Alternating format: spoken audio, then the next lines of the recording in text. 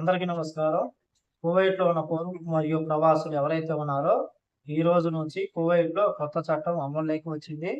ప్రతి ఒక్కరూ ఈ యొక్క చట్టాన్ని పాటించాలని చెప్పేసి మినిస్ట్రీ ఆఫ్ ఇంటీరియర్ ప్రకటించింది. వివరాల్లోకెళ్తే కువైట్‌లోని సంబంధిత సాంకేతిక విధానాలను పూర్తయిన తర్వాత ఈ రోజు నుంచి కొత్త ట్రాఫిక్ చట్టం అమల్లోకి వచ్చిందని చెప్పేసి మినిస్ట్రీ ఆఫ్ ఇంటీరియర్ ప్రకటించింది. ట్రాఫిక్ వ్యవస్థ సామర్థ్యాన్ని పెంచడం మరియు ప్రజా రహదారి భద్రత యొక్క అత్యున్నత ప్రమాణాలను సాధించడం పట్ల మంత్రిత్వ శాఖ తన యొక్క నిబద్ధతను చాటింది.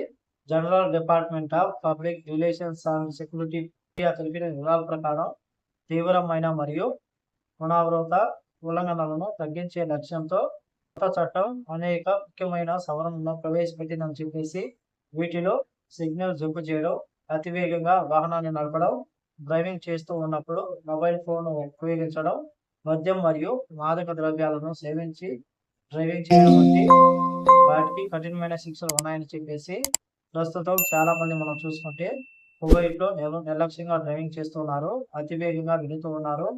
కువైట్లో 90% వరకు రోడ్డు ప్రమాదాలు ముఖ్యమైన కారణం మొబైల్ ఫోన్ వాడుతూ చాలా మంది డ్రైవింగ్ చేస్తున్నారు.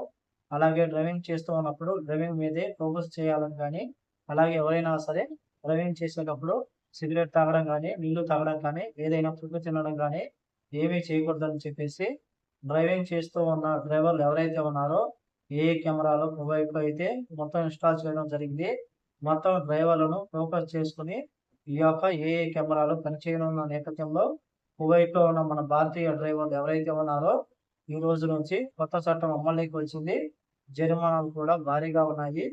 జరిమానాలకు సంబంధించి గతంలో నేను అనేక వీడియోలు చేశాను, మన ఛానల్లో ఉన్నాయి, తప్పకుండా చూడండి.